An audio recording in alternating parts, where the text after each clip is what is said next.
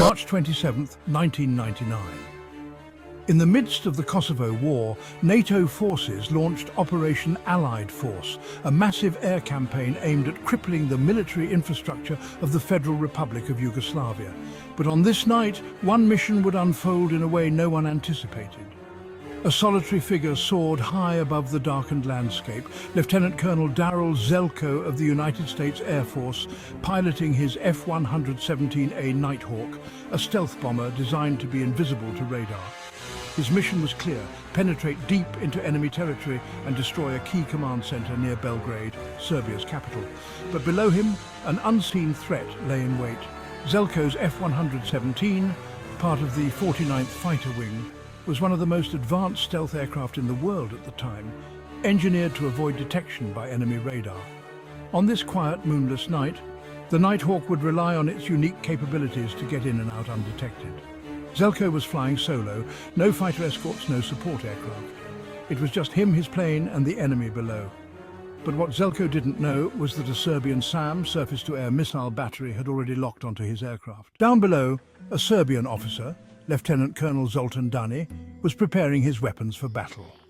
Dani commanded a small but lethal SAM unit armed with a Soviet-made S-125 Neva missile system, a relic of the Cold War but still deadly in the right hands.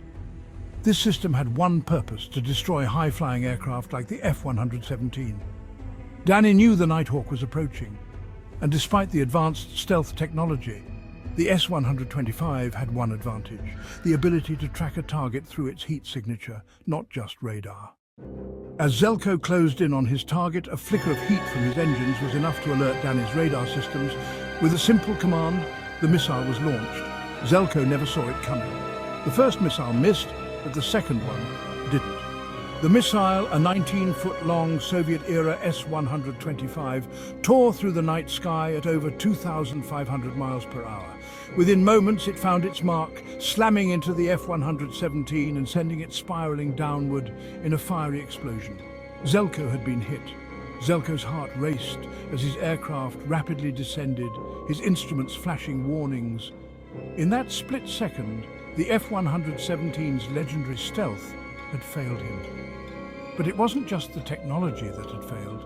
It was the enemy's persistence and their ability to adapt. With his aircraft disabled, Zelko fought to regain control. His Nighthawk, now crippled, was no longer the high-tech stealth fighter it once was.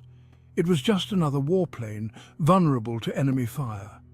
But Zelko had one final option: eject. In a harrowing moment of decision, Zelko pulled the ejection handle. The canopy was blown off, and within seconds he was free-falling through the night sky. The parachute deployed just in time, but Zelko had no time to relax. He was now behind enemy lines, facing the very soldiers who had shot him down. Stranded and alone in the dense Serbian wilderness, Zelko knew he had to act fast. His mission was far from over. He had been shot down, but he was still alive. And now, he had to escape and survive. Over the next 24 hours, Zelko would rely on his training and experience, navigating through the hostile terrain, avoiding enemy patrols, and doing everything in his power to evade capture. As he trekked through the wilderness, Zelko faced countless obstacles: harsh terrain, freezing temperatures, and the constant threat of Serbian forces closing in. But he wasn't alone. Back at NATO headquarters, a rescue operation was already underway. A team of US Special Operations Forces launched an immediate rescue mission to retrieve Zelko. After a tense few hours, the rescue team located Zelko, bringing him to safety. The F-117 pilot had survived, and his downing became one of the most talked-about incidents of the entire Kosovo War.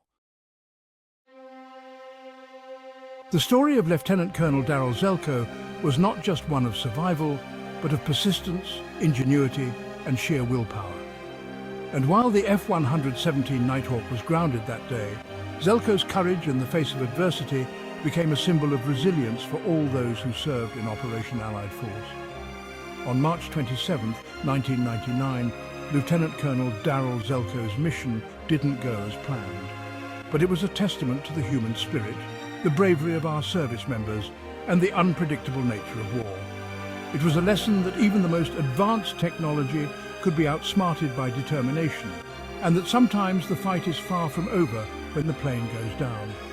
Thank you for watching. Don't forget to like, subscribe and hit the bell icon for more incredible stories from history.